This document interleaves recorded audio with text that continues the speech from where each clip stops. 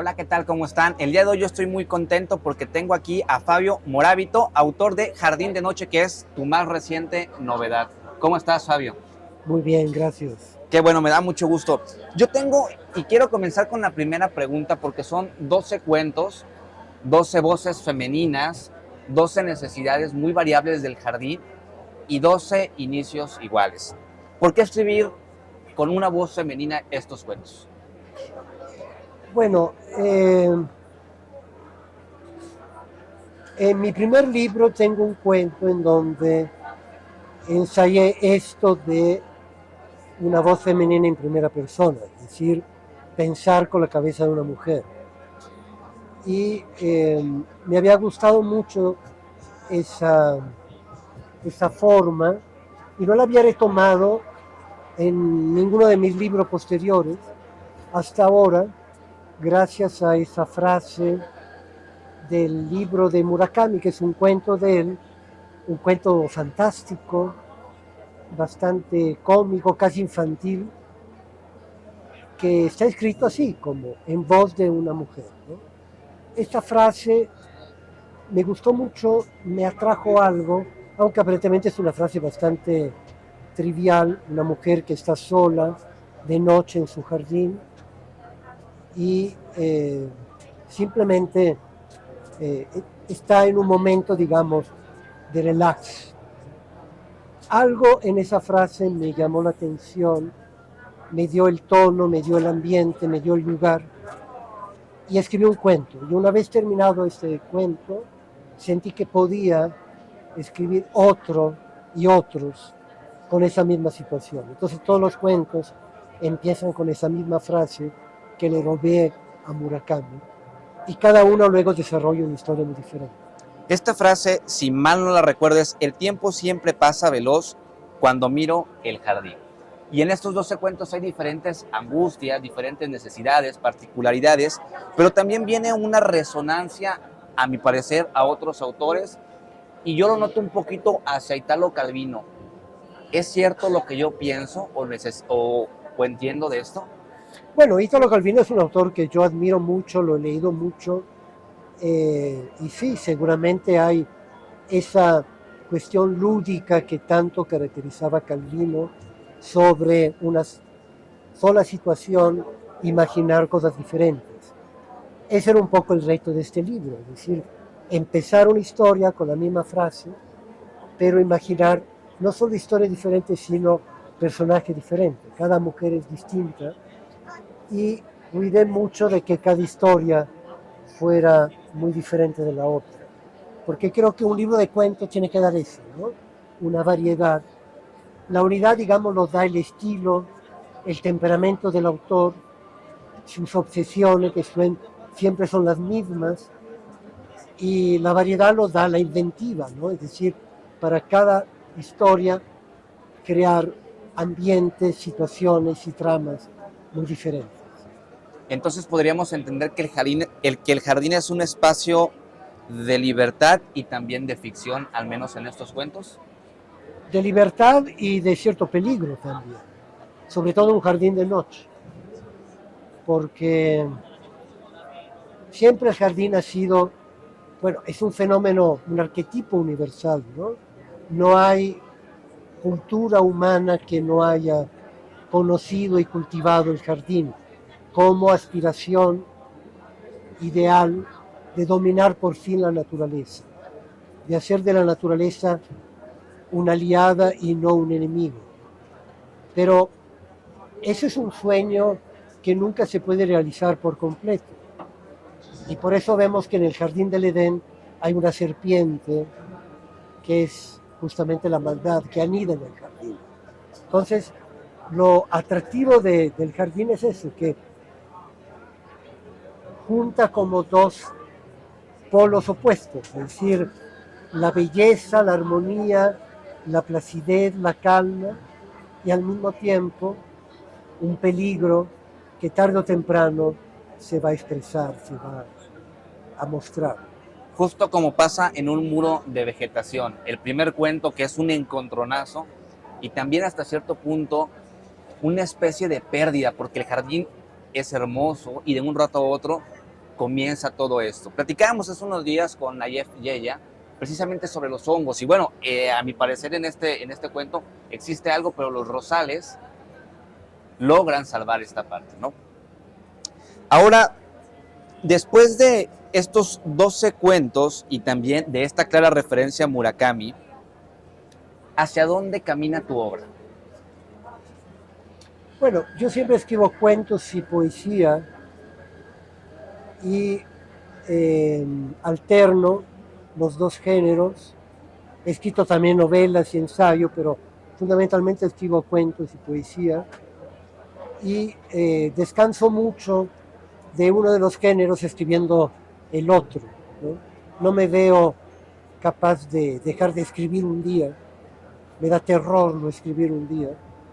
Entonces la mejor manera cuando termino un libro es cambiar de género y empezar inmediatamente otro.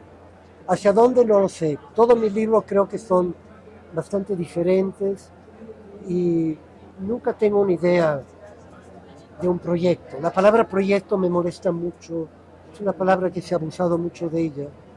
Antes simplemente se hablaba de libros, ¿no? ¿Qué libro está usted escribiendo? Le preguntas. Ahora, ¿en qué proyecto estás? ¿No? Y el proyecto muestra para mí una falsa imagen del escritor, como si el escritor supiera siempre claramente lo que quiere decir, lo que va a decir, cómo lo va a decir, y entonces tiene un proyecto, ¿no? En cambio, cuando uno escribe un libro, está desamparado porque el libro puede que resulte, puede que no resulte, ¿no? Y es una imagen que me parece más fiel a la verdadera condición del escritor. Un escritor hace una apuesta y puede salir o puede no salir. Y eso en la poesía, en el cuento, en el teatro, en todo. Y ahora también con esto, sé que no eres de nacimiento mexicano, pero ¿cuál es tu relación con tu lengua materna hoy en día? Bueno, la lengua materna, que en mi caso es el italiano, yo aprendí español relativamente tarde, a los 15 años, es una presencia, bueno, permanente, no hay forma de abolir la lengua materna. La única cosa que puedes hacer es adormecerla lo más posible para que no interfiera en tu nueva lengua materna, que en mi caso es el español, y en la que he escrito todo lo que he escrito. Pero no hay forma de callarla y está ahí como una presencia, un poco como el jardín nocturno, es decir, siempre es algo, por un lado positivo, porque una lengua distinta te da perspectivas distintas, pero al mismo tiempo es un peligro porque no te permite a lo mejor soltarte del todo en la otra lengua, la que aprendiste, o por lo menos es un miedo que uno siempre tiene. ¿Podríamos decir entonces que tus lenguas son tu patria? Pues mira, la palabra patria a mí nunca me ha gustado, pero vamos a decir que es los lugares donde uno se siente con los pies plantados en el suelo, se siente como más real, que es algo que todo artista, que explica, yo creo que hay artistas, es decir, un principio de vulnerabilidad, de incertidumbre frente a la vida, que te obliga a escribir o a hacer música o a hacer pintura para tratar de un poco entender lo que no entiendes. Y si lo haces en dos idiomas, bueno, esa vacilación aumenta, pero al mismo tiempo te protege un poco. Y ahora regreso un poquito hacia el libro y yo lo podría considerar, ya me desmentirás también tú, de si este es un libro de primeras páginas o de primeras citas. La cita como el punto central del desarrollo. Mira, las primeras páginas son como un barco que zarpa sin una meta muy clara. En mi caso, yo sé de muchos escritores que no escriben una sola palabra de un cuento o de una novela si no tienen muy claro toda la historia, si no saben perfectamente cómo va a terminar, etc. En mi caso, necesito no saber lo que va a pasar. Si lo sé demasiado bien, la historia deja de interesarme un poco. Entonces la voy descubriendo a medida que voy escribiendo. Lo cual conlleva el riesgo de equivocarse, de escribir una historia que finalmente uno luego descubre que tampoco le interesa tanto y bueno, desecha eso y vuelve a escribir otra. Pero tiene la virtud de que escribir es una forma de sorprenderse a sí mismo, ¿no? Descubrir lo que la historia, como si la historia ya estuviera existente antes de uno y lo buscara uno para darle finalmente existencia. Eso uno lo va descubriendo poco a poco. Y ahora también hay un cuento que me pareció hermoso, que es La evolución de Darwin. Ese grupo mítico, no sé si en la vida real existió o no, o si es prácticamente algo ficcionalizado, inventado, pero es quizás la completa mimetización del jardín y como vemos el jardín como un punto de divertimento, pero después de leer este libro me queda muy en claro que también existen miedos que pueden vivir dentro del jardín. ¿A tu parecer este es un libro acechante? ¿En qué sentido acechante? En el sentido de que no sabemos qué pueda pasar, en el sentido de que puede haber miedo o puede también haber desesperanza o incertidumbre, como es el caso de La Zanja. Sí, claro.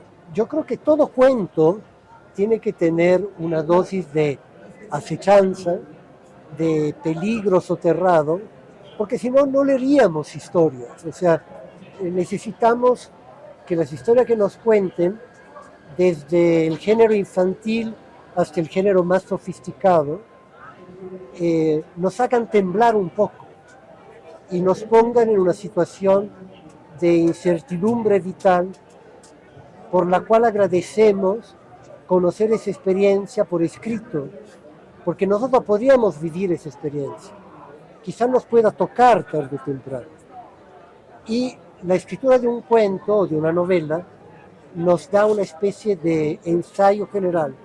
Entonces, en toda historia tiene que haber un elemento de suspenso que las novelas policíacas y las de terror llevan a su extremo, pero toda historia debe tener ese germen de eso, de miedo, de incertidumbre, porque si no, no nos atraparía. Bueno, muchísimas gracias, Fabio. Realmente yo me quedo con muchísimas más preguntas ahí en el tintero, pero bueno, el tiempo se nos acaba. Y ahora sí, solamente invitarlos a que lean Jardín de Noche de Fabio Moravito, publicado por la editorial Sexto Piso. Muchísimas gracias. LCF, letras que nos transforman.